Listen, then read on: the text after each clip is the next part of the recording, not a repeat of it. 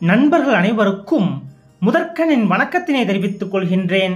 இன்றைய பதிவில் காளஹஸ்தி திருத்தலம் குறித்து நாம் அறிந்து கொள்ளவிருக்கின்றோம். ஸ்ரீகாளஹஸ்தி எனப்படும் திருக்காலத்தி திருத்தலம் ஆந்திர மாநிலம் திருப்பதி மாவட்டத்தில் அமைந்துள்ளது. பஞ்சபூத தலங்களில் இது வாயு தலமாக போற்றப்படுகிறது. ஆந்திர மாநிலத்தின் புகழ்பெற்ற கோவில்களில் ஸ்ரீகாளஹஸ்தி மிகவும் முக்கியத்துவம் வாய்ந்த திருத்தலமாக விளங்குகிறது. ஸ்வர்ணமுகி எனப்படும் பொன்முகலியாற்றின் கரையில் இத்திருத்தலமானது அமைந்திருக்கிறது. இங்கு இறைவன் காலத்திநாதர் சுயம்பு மூர்த்தியாக அருள்பாலிக்கிறார். இவர் காலத்தியப்பர், காளஹஸ்தீஸ்வரர், காலத்திநாதர், குடும்பித்தேவர் என்ற பல திருநாமங்களால் அழைக்கப்படுகிறார். அம்பிகையோ ஞான பிரசுனாம்பிகை, ஞான பூங்கோதை, ஞான சுந்தரி, ஞானாம்பிகை என்ற பெயர்களில் வழங்கப்படுகிறாள். அம்பிகையின் 51 சக்தி பீடங்களில் இது ஞான சக்தி பீடமாகும்.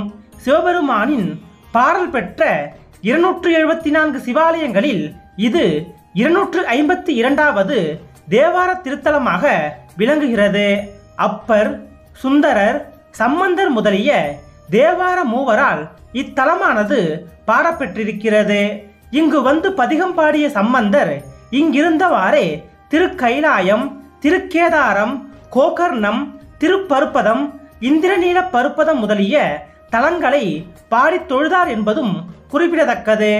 இத்தலம் கண்ணப்ப நாயனார் தொண்டாற்றி பேறு பெற்ற திருத்தலமாக போற்றப்படுகிறது. கண்ணப்பர் வழிபட்ட சிவலிங்கம் மலை உச்சியில் அமைந்துள்ளது. மலையடிவாரத்தில் காளஹஸ்தீஸ்வரர் ஆலயம் அமைந்திருக்கிறது. இங்கிருக்கும் மலையானது கைலாசகிரி என்றும் கண்ணப்பர் மலை என்றும் வழங்கப்படுகிறது. பஞ்சபூத தலங்களில் ஒன்றான இது வாயு தலமாக சிறப்பிக்கப்படுகிறது. ஸ்ரீ என்றால் சிலந்தி என்றும், காள என்றால் பாம்பு என்றும், அத்தி என்றால் யானை என்றும் அழைக்கப்படுகிறது. சிலந்தி, பாம்பு, யானை ஆகிய மூன்றும் ஒரு காலத்தில் இத்தலத்து இறைவனை வழிபட்டு முக்தியடைந்த காரணத்தால் இத்தலத்திற்கு ஸ்ரீகாளஹஸ்தி என்று பெயர் ஏற்பட்டதாக தலபுராணம் கூறுகிறது. வாயு தலமாக இருக்கும் காரணத்தால் மூலஸ்தானத்தில் இருக்கும் விளக்கானது காற்றில் ஆடிக்கொண்டே இருக்கிறது. கருவறை அகழி போன்ற அமைப்பில் அமைக்கப்பட்டுள்ளது. மூலவர் சுயம்புவாக தோன்றியவர். இவர் அதி அற்புத வடிவழகை உடைய சிவலிங்க திருமேனியாக அளவில் சற்று உயரமாக காணப்படுகிறார். இவர் தீண்டா திருமேனியாக உள்ளதும் குறிப்பிடத்தக்கது. சுவாமி மீது தங்க கவசம் சார்த்தும் பொழுதும் எடுக்கும் பொழுதும் கூட சுவாமியை தீண்டக்கூடாது என்கிறார்கள். இறைவனது திருமேனியில் அணிவிக்கப்படும் தங்க கவசம் பார்ப்பதற்கு பட்டைகளாக தெரியும். இக்கவசத்தில் 27 நட்சத்திரங்களும் பொறிக்கப்பட்டுள்ளது. இறைவனுக்கு அணிவித்துள்ள தங்க கவசத்தை எடுத்துவிட்டு ஆரத்தி எடுக்கும் பொழுது சிவலிங்கத்தின் அடிப்பாகத்தில் சிலந்தி வடிவமும், மத்தியில் யானையின் 2 தந்தங்களும், உச்சியில் 5 தலை பாம்பு வடிவமும், வலப்புறத்தில் கண்ணப்பர் பெயர்த்து அப்பிய ஒரு கண்ணின் வடுவையும் காணலாம். சிவலிங்கத்தின் மேற்புறம் 5 தலை நாகம் போலவே காட்சி தருகிறது. இங்குள்ள மூலவருக்கு பச்சை கற்பூர நீரே அபிஷேகம் செய்யப்படுகிறது. பிற அபிஷேகங்கள் அனைத்தும் ஆவுடையாருக்கே. அம்பாள் ஞான பூங்கோதை நின்ற திருக்கோலத்தில் அழகே வடிவாய் அருட்காட்சி நல்குகிறாள். இவளது திருவடியில் ஆதிசங்கர பகவத்பாதரால் பிரதிஷ்டை செய்யப்பட்ட அர்த்தமேரு உள்ளது. அம்பாள் இரும்பு ஒட்டியானத்தில் கேது உருவம் உள்ளதும் குறிப்பிடத்தக்கது. கருவறையை அடுத்த மண்டபத்தில் கண்ணப்பர் சிலை உள்ளது. மூலவரின் எதிரில் வெள்ளை கல் நந்தியும் பித்தளை நந்தியுமாக 2 நந்திகள் உள்ளன. ஆலயத்தின் நுழைவு வாயிலின் எதிரில் கவசமிடப்பட்ட கொடிமரம் ஒன்றும் 60 அடி உயரமுடைய ஒரே கல்லால் ஆன கொடிமரம் ஒன்றும் உள்ளது. இதன் அருகே பலிபீடமும் நந்தியும் உள்ளன. இத்தல விருட்சமாக மகிழ மரமானது திகழ்கிறது. முன்பொரு காலத்தில் இந்த இடமானது அடர்ந்த வனமாக இருந்தது. இந்த இடத்தில் வாயுலிங்கமாக தோன்றிய சிவபெருமானை சிலந்தி ஒன்று தினம்தோறும் வழிபட்டு வந்தது. மழையில் நனைந்த சிவபெருமானை கண்ட அந்த சிலந்தி தனது அன்பை வெளிப்படுத்தும் விதமாக தன்னிடம் சுரக்கும் நூல் போன்ற திரவத்தால் வலையை பின்னி வைத்தது. பெரும் இடி ஒன்று இடித்ததில் அந்த வலை எரிந்து சாம்பலானது. இதனால் மனம் வருந்திய சிலந்தி அந்த தீயில் உயிரை விட்டது. பின்னர் சிவபெருமான் சிலந்திக்கு காட்சி தந்து வேண்டும் வரம் கேள் என்றார். உலக பொருட்கள் மீது ஆசையில்லாத சிலந்தி, எம்பெருமானே, உமது திருவடியின் கீழ் அமரும் பாக்கியத்தை தர வேண்டும் என்றது. சிவபெருமானும் அவ்வாறே அருள் புரிந்து மோட்சத்தை வழங்கினார். சிலந்தியை போன்றே காலன் எனும் நாகம் ஒன்று தினந்தோறும் லிங்கத்தை ஆறத் தழுவி ரத்தினங்களையும் மாணிக்க கற்களையும் கக்கி வழிபட்டு வந்தது. அதன் பின்னர் அங்கு வரும் அத்தி எனும் யானை தன் துதிக்கையால் நீரை வாரி இறைத்து அபிஷேகம் செய்யும். இதனால் அந்த மாணிக்கங்கள் கீழே விழுந்து சிதறிவிடும்.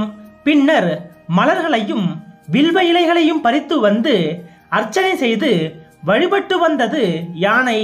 மறுநாள் வந்த பாம்பு இரத்தின கற்களை சிதறடித்து ஏதோ இலைகளை குப்பை போல போட்டிருக்கின்றன என்று எண்ணியபடி அதை சுத்தப்படுத்தி மீண்டும் இரத்தின கற்களை இறைவன் திருமுடியில் சூட்டி பூஜித்து சென்றது. யானை வழக்கம் போல் வந்து மணிகளை தட்டிவிட்டு வில்வத்தை சூட்டி சென்றது. இதே நிலை பல நாட்கள் தொடர்ந்தது. யார் இப்படி செய்கின்றனர் என்ற சந்தேகம் நாகத்திற்கு வந்தது. ஒரு நாள் யானையின் செய்கையை நாகம் பார்த்து விட்டது. உடனே கோபமுற்ற நாகம் யானையின் துதிக்கையின் உள் சென்று மூச்சடைக்க செய்து மத்தகத்தை குடைய துவங்கியது. வலி பொறுக்க முடியாத யானை தனது தும்பிக்கையை பாறைகளில் அடித்தும் ரத்தம் வரும் அளவிற்கு மத்தகத்தை தரையில் தேய்த்தும் பார்த்தது. கடைசியில் இரண்டும் இறந்து போனது. அப்பொழுது சிவபெருமான் உமையம்மையோடு காளை வாகனத்தில் தோன்றி யானையை எழுப்பினார்.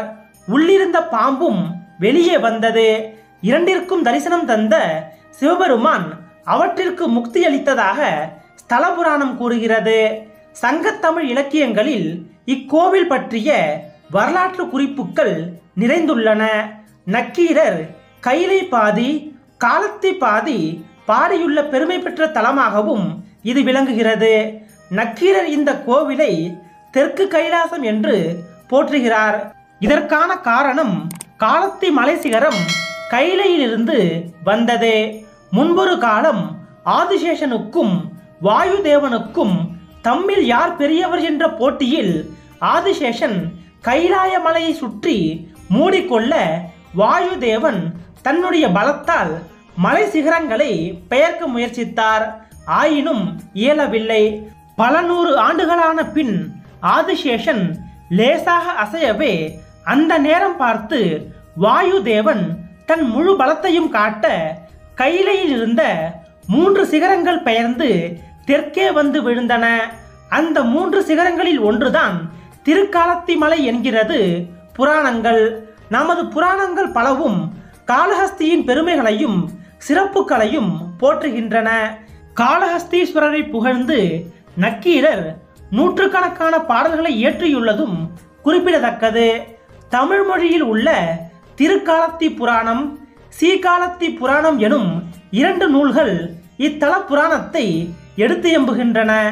தெலுங்கு கவிஞரான தூர்ஜடி என்பவர் இத்தலத்தை புகழ்ந்து ஸ்ரீ காளஹஸ்தீஸ்வர மகாத்மியம் என்ற பெயரில் கவிதை வடிவில் நூலொன்றை மிக சிறப்பாக பாடியுள்ளார். இவர் ஸ்ரீகிருஷ்ணதேவராயரின் அரசவையில் இருந்த அஷ்டதிக்கஜங்களில் ஒருவர் என்பதும் குறிப்பிடத்தக்கது. இத்தலமானது ராகு கேது பரிகார தலமாகவும் விளங்குகிறது.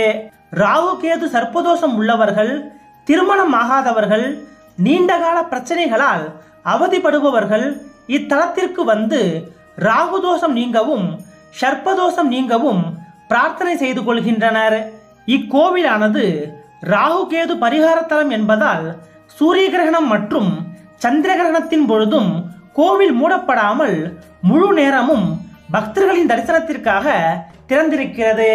இந்த ஆலயத்தில் உச்சிகாலம் முடிந்ததும் நடை சார்த்தும் வழக்கம் இல்லை. காலை முதல் இரவு வரை திறந்தே இருக்கிறது. இது ராகு கேது தலம் என்பதால் கோவிலை வலம் வருவது அப்பிரதட்சணமாக, அதாவது எதிர்வலமாக சுற்றி வர வேண்டும் என்று கூறப்படுகிறது. நாள்தோறும் இங்கு 4 கால பூஜைகள் நடைபெறுகின்றன. இத்தலத்தில் உள்ள மற்றொரு சிறப்பு, இங்கு அர்த்தஜாம பூஜை கிடையாது. சாயரட்சை பூஜை முடிந்தவுடன் இரவு 8 மணிக்கு சுவாமி மற்றும் அம்பாளை பள்ளியறையில் அப்படியே எடுத்து சென்று சேர்ப்பித்து விடுவார்கள். இங்கு வந்த அகத்தியர் விநாயகரை வழிபடாமல் போகவே பொன்முகலி ஆறு நீரின்றி வற்றியது. பின்னர் அகத்தியர் தமது தவறை உணர்ந்து பாதாளத்தில் ஆழத்தில் விநாயகரை பிரதிஷ்டை செய்து வழிபட்டு அருள் பெற்றார் என்பதும் கூடுதல் சிறப்பு.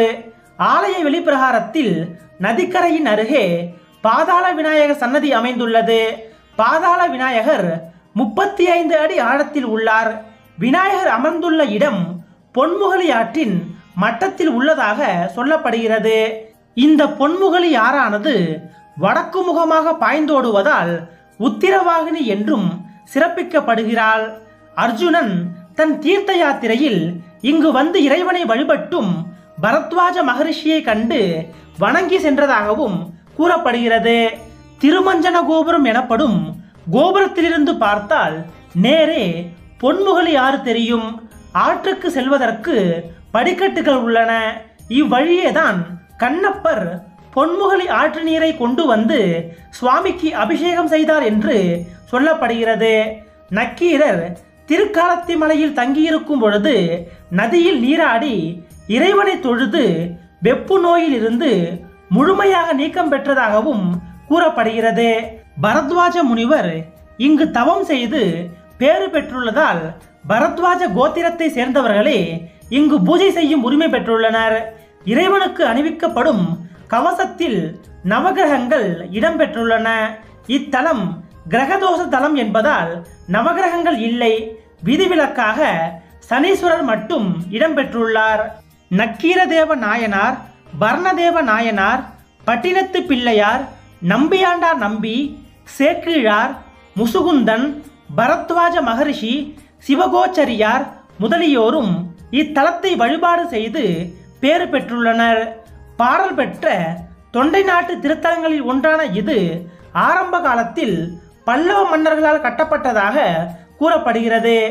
இந்நிலப்பரப்பை தொண்டைமான் ஆண்டமையை நினைவூட்டும் வகையில் காலத்தி செல்லும் வழியில் தொண்டைமான் நாடு எனும் ஊர் உள்ளது.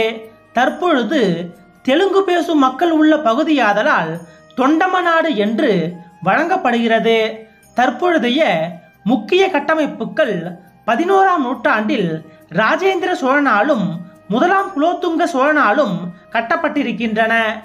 7 நிலைகளுடன் கம்பீரமாக காட்சியளிக்கும் கோபுரம் காளி கோபுரம் என அழைக்கப்படுகிறது. இது ஸ்ரீகிருஷ்ண தேவராயரால் கிபி 1516இல் கட்டப்பட்டது. கிருஷ்ணதேவராயர் இக்கோவிலின் 100 கால் மண்டபத்தையும் கட்டியிருக்கிறார். பிரதான கோபுரம் தட்சிண கோபுரம் எனப்படுகிறது.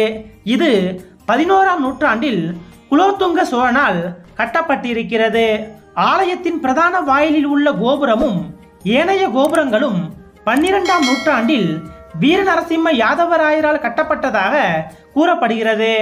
இக்கோவிலில் வருடாந்திர பிரம்மோற்சவம், ஆனி திருமஞ்சனம், திருக்கார்த்திகை தீபம், வெள்ளிக்கிழமை தோறும் ஊஞ்சல் விழா, பொங்கல் பண்டிகை, மகா சிவராத்திரி, ஆருத்ரா தரிசனம், நவராத்திரி, மாத சிவராத்திரி, சிவராத்திரி கிரிவலம், பௌர்ணமி புறப்பாடு, பிரதோஷகால பூஜைகள் உள்ளிட்டவை வெகு விமர்சையாக நடைபெறுகின்றன.